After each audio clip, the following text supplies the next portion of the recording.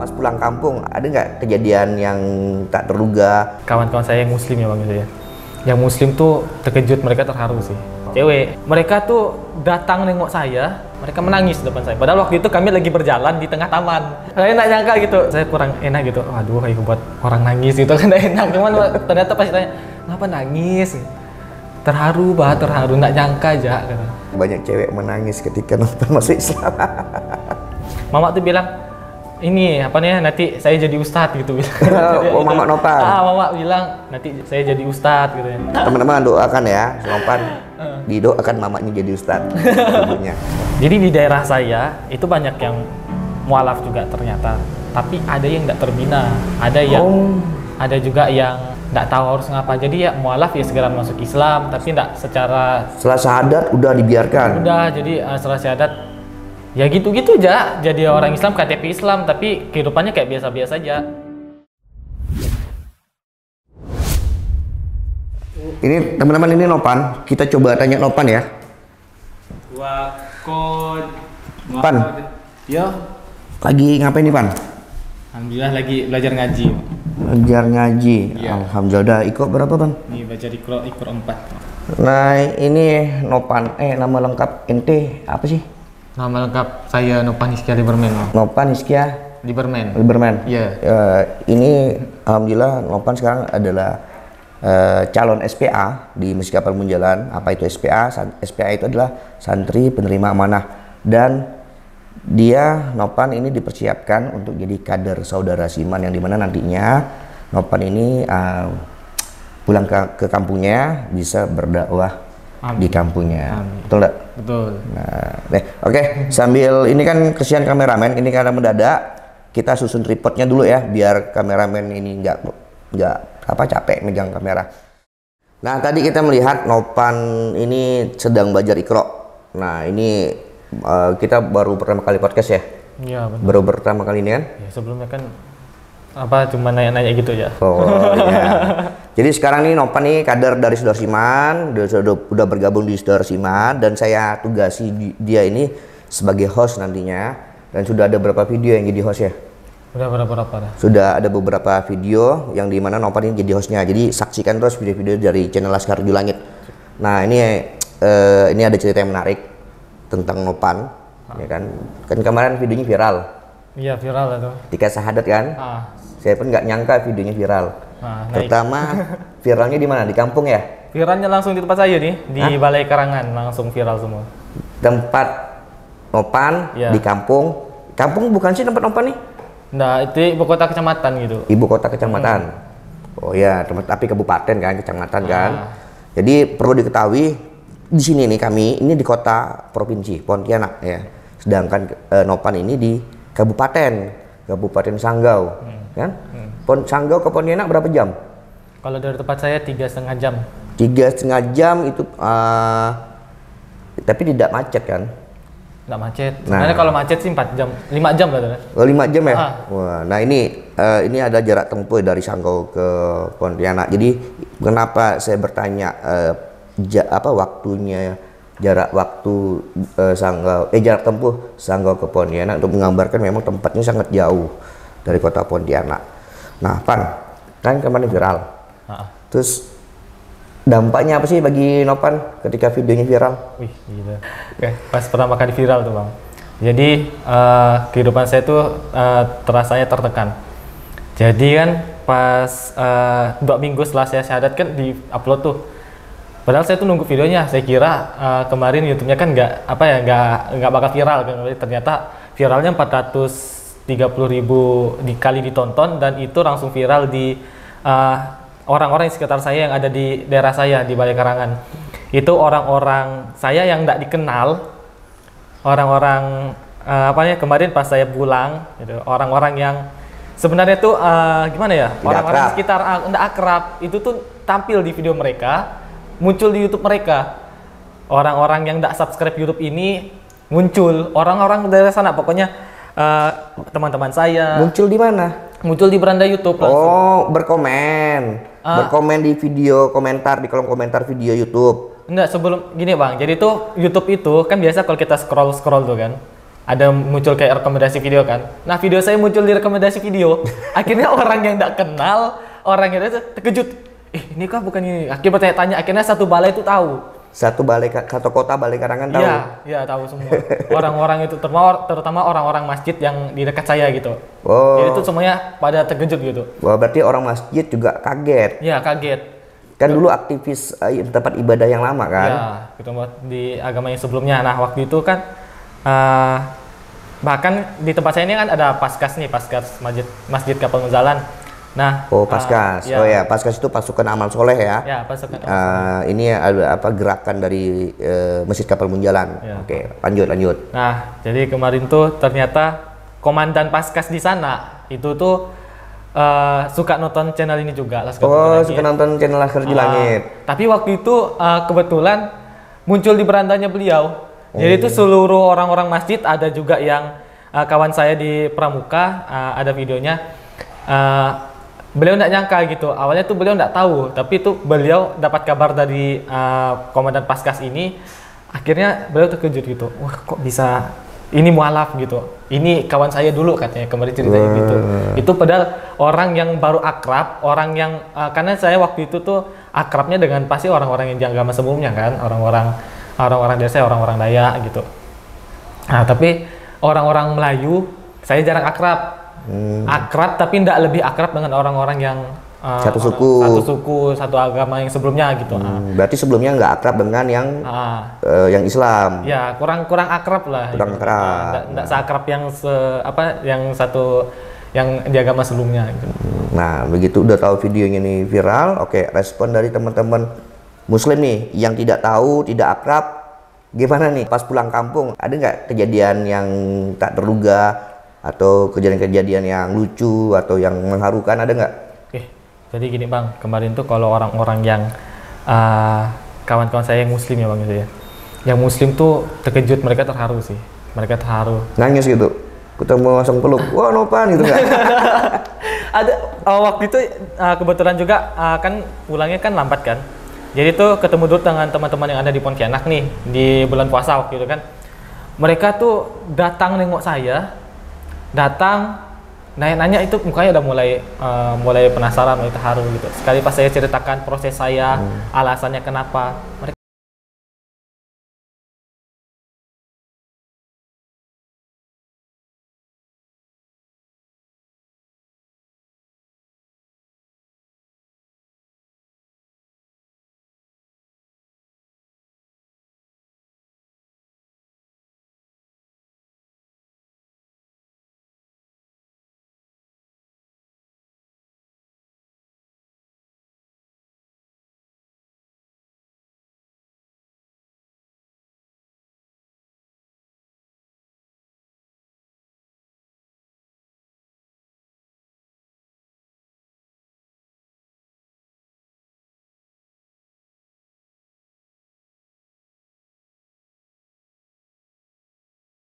ya benar sih Bang, nggak nyangka. Terus ada juga yang di chat juga ada yang nge-VN nangis juga. Oh, yang ngechat? Ada juga yang ngechat nangis. Di WA?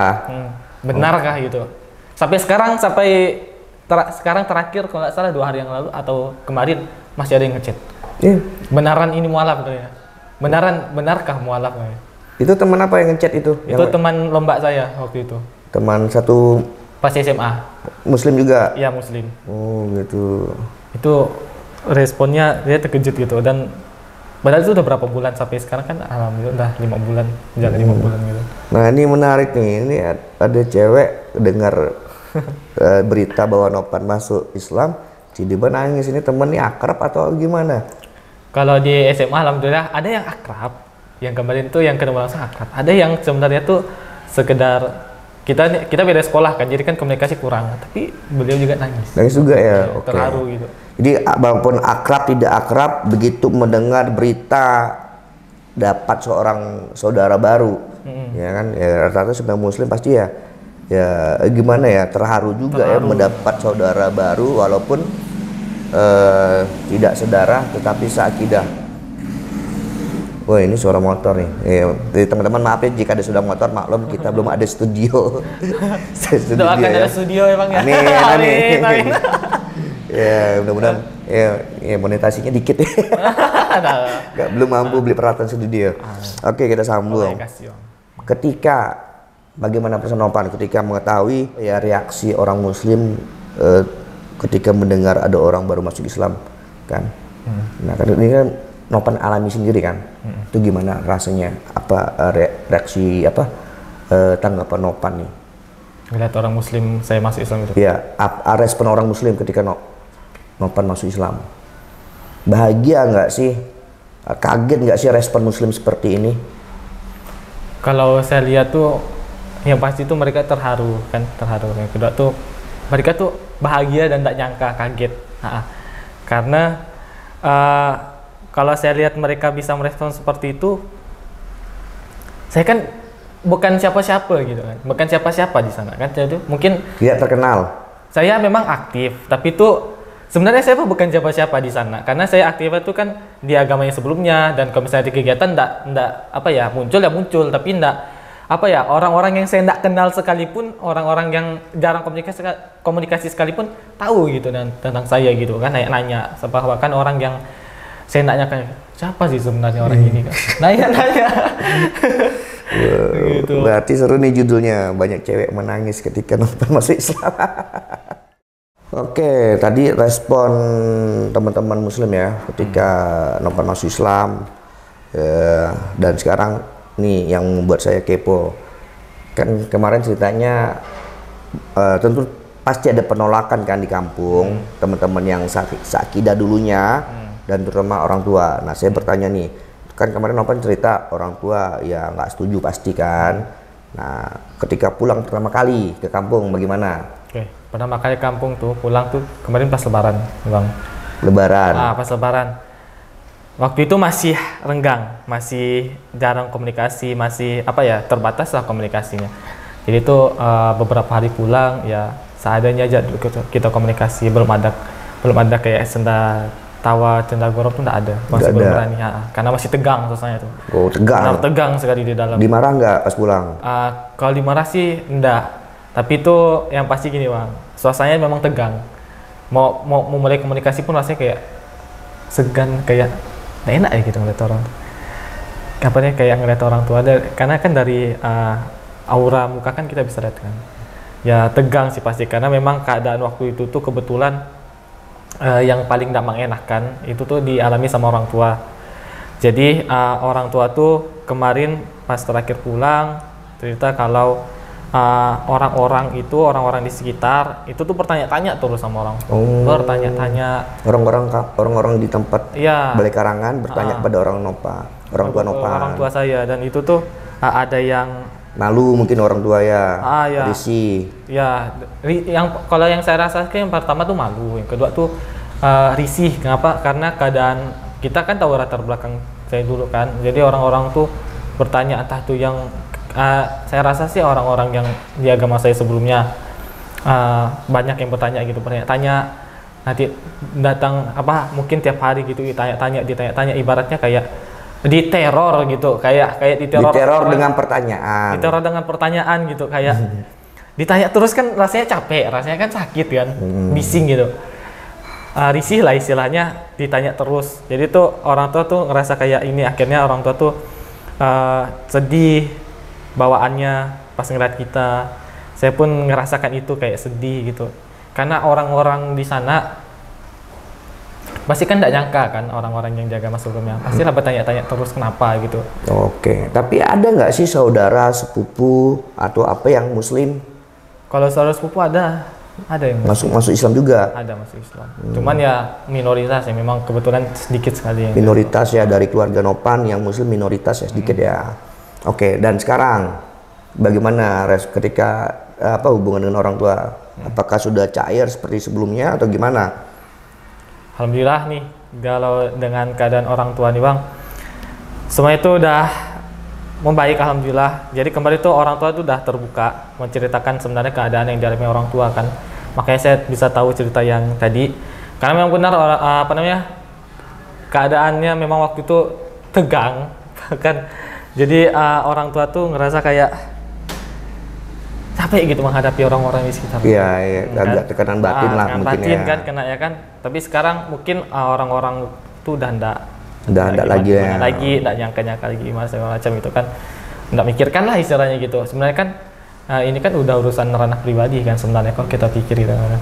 Tapi karena saya berpikirnya kayak gitu, tetap kan itu datang dari orang, kita nggak bisa mengendalikan pikiran orang. Nah, kalau misalnya di orang tua sendiri, alhamdulillah kemarin udah menerima, udah bisa bersenda gurau kemarin Udah bisa gurau-gurau canda tawa. Bercanda tawa, kita bantu orang tua, kita meskipun nggak ya tau lah anak-anak remaja gak banyak bantu orang tua gitu. Ada gak sih yang perubahan yang Nopan lakukan terhadap orang tua, misalnya ketika pergi keluar rumah cium tangan gak gitu, atau yang seperti ini sebelum Muslim tidak pernah melakukan sesuatu terhadap orang tua misalnya ya, ketika sudah jadi Muslim, ada nggak kira-kira? Yang pasti sih perubahannya yang saya rasakan tuh emosional saya. Saya tuh adalah salah satu orang yang emosinya tinggi sebenarnya. Nopan? Ya. Pemarah? Ya, jadi cepat marah, ngomongnya ngegas. Sebenarnya gitu, Bang. Dah suara kita nih besar gitu kan. Besar mana, cempreng? Bukan, ya cempreng bisa jadi, cempreng gitu Bang. Cuman memang suaranya tuh ngegas ngegas ya. Dan sebenarnya kalau saya di SMA tuh suara saya paling besar. Jadi saya nggak perlu pakai toa, atau saya ngomong langsung kayak gini, satu SMA udah bisa kedengaran. Ada berapa murid SMA tuh? SMA ada 700-an. Oh, 700 sih hebat ya. Saya dulu kan ketua OSIS. Jadi pas ngumpulkan teman-teman, ada momen saya nggak pakai speaker, nggak pakai sound system, saya langsung teriak, semuanya pada kedengaran. Saya bahkan diolok, istilah saya dulu toa. Saya ini toa sekolah. Nah, kalau dari dulu yang saya ingat, saya orangnya mudah emosian. Nah, jadi itu pas saya ngomong, kalau dulu tuh orang tua nanya, "Pan makan apa?" "Nanti lo bah," gitu. Jadi jawabnya gitu, "Nanti lo bah." Iya, nanti lo lagi nggak laparnya gitu. Pokok jawabnya tuh dengan cara yang kasar, dengan cara yang nggak bagus didengar. Nah, semenjak hijrah kita menerima itu, mendengarkan pengajaran sebenarnya kita tuh bersikap sama orang tua gimana. Saya sadar, saya harus menjadi orang yang lebih baik, saya menjadi orang yang lebih lembut tutur katanya. Jadi setiap orang ngomong, alhamdulillah enggak cuma dengan orang tua, dengan semua orang yang saya ketemui, enggak ngegas. Kalau enggak ngegas, agak lebih sopan. Ya, gitu. Ngomongnya nadanya lebih rendah, lebih lembut, bahkan sampai enggak ada suara kedengaran kata orang bilang gitu. Oke, sekarang saya mau nanya nih, kan ketika setelah masuk Islam, artinya kan ada perubahan di dalam diri Nopan ya? Ya, ada. Terhadap orang tua lebih sopan. Ya. Orang tua kaget nggak sih perubahan Nopan yang lebih sopan, lebih kalem? Lebih kalem nggak sih? Ya, sebenarnya sih lebih kalem sih. Nah, ada nggak sih orang tua kaget nggak sih? Sebenarnya kalau mau lihat orang tua kaget atau enggak, saya pun bingung. Karena orang tua belum ada ngasih tahu kaget atau enggak.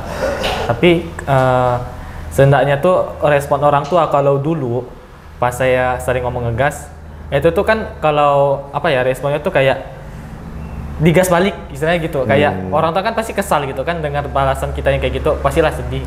Tapi semenjak kita tutur katanya lebih baik setelah masuk Islam, dengan tutur kata kita yang tutur kata saya yang lebih halus, lebih tenang gitu, orang tua pun meresponnya tuh baik, nggak langsung pikiran jelek. Kalau dulu memang pikirannya langsung jelek karena ngegas tadi caranya. Oke.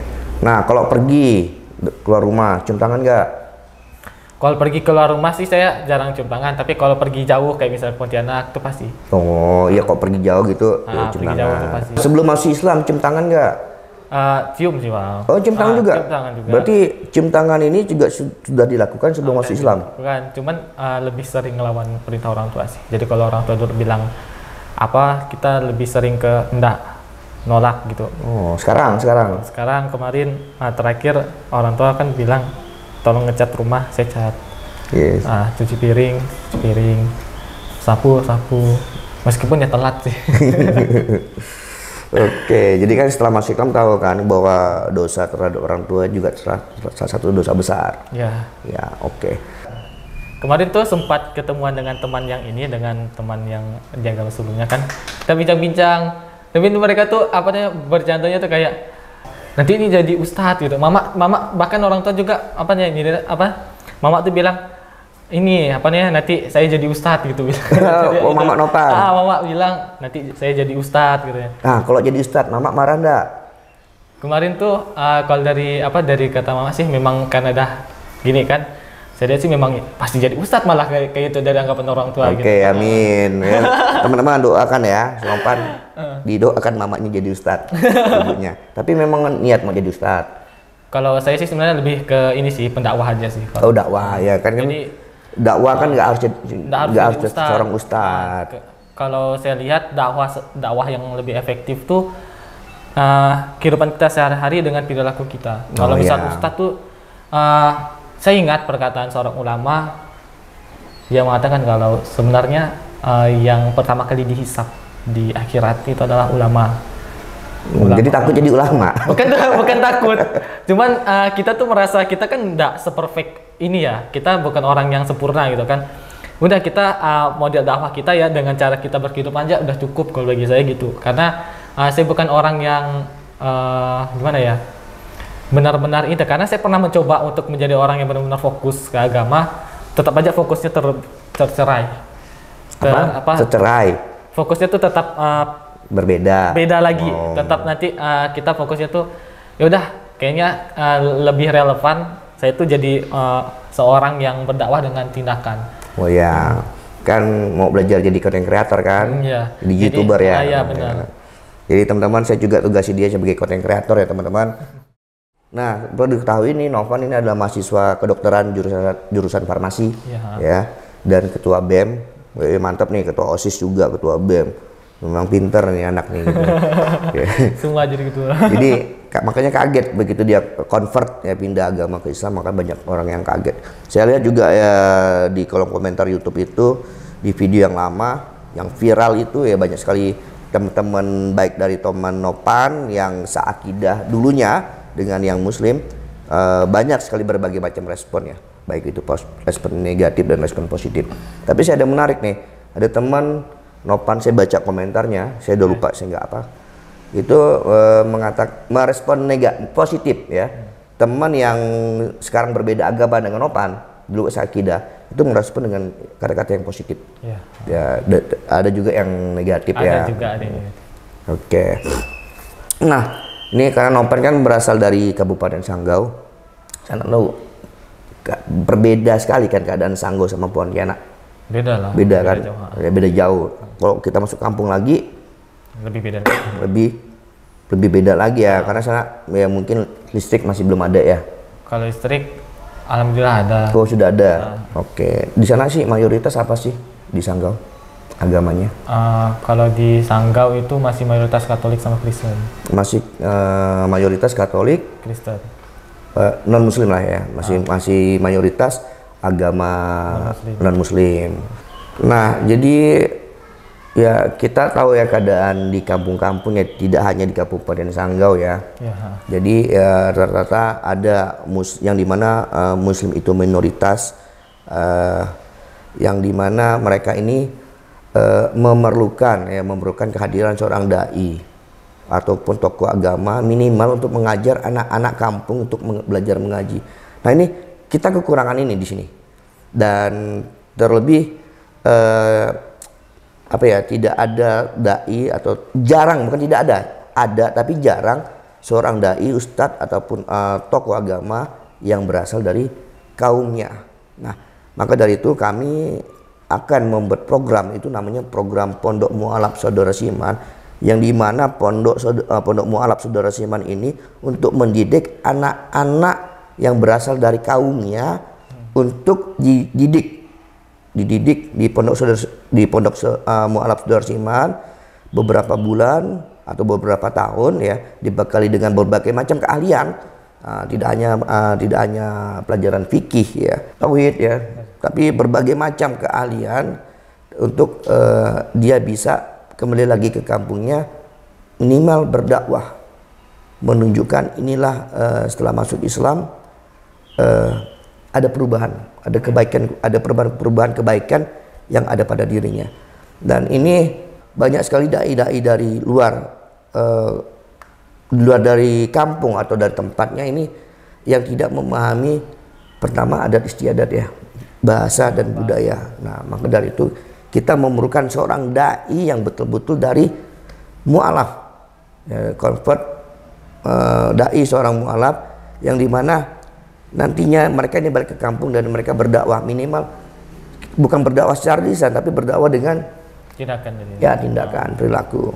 Kira-kira seperti itu diperlukan nggak sih di kampung-kampung? Sebenarnya perlu Bang, karena memang kan ada kisahnya Ustadz Indra kan.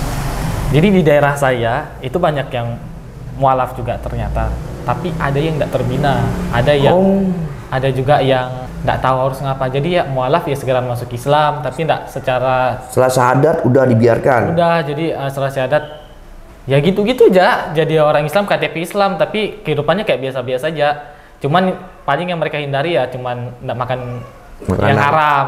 Makanan ya, makanan kaki B2 tadi ya. B2 itu tidak ada. Kalau misalnya minum mungkin masih. Kalau arak minum masih. Mungkin masih tuah gitu, mungkin masih karena kan masih ini. Tapi kalau misalnya masalah yang lain kayak terhadap agama, karena tidak ada pembinaan atau mungkin karena tidak ada yang mendekati. Tidak yang mendekati karena tadi berbeda kaumnya tadi tuh Bang. Jadi kan karena berbeda suku biasanya tuh orang tuh agak segan gitu. Di sana ada ini komunitas sebenarnya Dayak. Dayak itu bukan di tempat saya. Tapi orang-orang sana, orang-orang yang masuk Islam kalau berbeda suku memang betul-betul mereka tuh sulit beradaptasi. Ya, dan orang Islam sendiri juga mungkin agak tidak tahu ya bagaimana cara merangkulnya ya. Susah untuk merangkulnya karena memang secara pemikiran karena sudah berlawanan dari awal, jadi susah. Jadi itu susah untuk masuk ke dalam. Nah, begitu. Nah, ini bukan sekali dua kali saya mendengar cerita-cerita seperti ini dan ini sangat banyak sekali teman-teman. Maka dari itu banyak sekali mu'alaf yang udah masuk Islam ya. Udah masuk Islam ini tidak terbina. Pertama mereka juga malu ya. Malu bertanya kepada yang sudah Islam. Betul nggak? Karena itu tadi beda ya, cara berbicara. Beda cara berbicara, beda budaya. Jadi ingin merapat juga ke Islam mereka juga segan. Maka diperlukanlah dai-dai untuk merangkul mereka ya. Dan sangat sayang begitu mereka masuk Islam mereka tidak tahu sholat, mereka tidak tahu wudhu, bahkan masih mungkin memakan atau meminum barang-barang yang mungkin dilarang di dalam agama Islam. Nah, maka dari itu kita di Saudara Siman ini membuat program yang salah satunya ya Pondok Mu'alaf Saudara Siman. Oke, teman-teman. Ada lagi yang mau sampaikan? Ada. Nggak ada. Oke. Tonton terus channel Laskar Tujuh Langit karena banyak sekali kisah-kisah mu'alaf, keadaan-keadaan mu'alaf yang jauh berbeda di tempat kalian berasal. Ya, mungkin kalian di tempat kalian Islam adalah mayoritas, tapi di Kalimantan ya, khususnya di Kalimantan Barat banyak sekali daerah-daerah Muslim yang ini adalah minoritas. Ya, memang keseluruhan kami mayoritas, tapi di beberapa tempat Muslim ada yang minoritas. Nah, terutama mu'alafnya yang perlu bimbingan dan perlu perhatian dari kita. Maka dari itu yang bagi yang ingin berdakwah bersama kami bisa berdonasi ya di program Saudara Siman yang dimana rekeningnya akan kami cantumkan di video maupun di deskripsi video. Oke, jangan lupa subscribe, like, komentar yang positif dan bagikan video ini ya. Semoga membagikan video ini sudah menjadi amal jariah bagi kalian semua.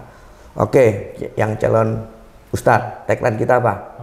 Dakwah terus tanpa henti, istighfar terus sampai mati, marilah kita bersaudara sampai ke surga.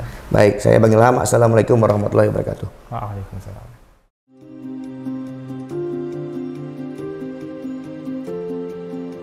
A'udzubillahi minasyaitonirrajim. Bismillahirrahmanirrahim. Assalamualaikum warahmatullahi wabarakatuh. Alhamdulillahirabbil alamin. Allahumma shalli ala sayidina Muhammad wa ala ali sayidina Muhammad.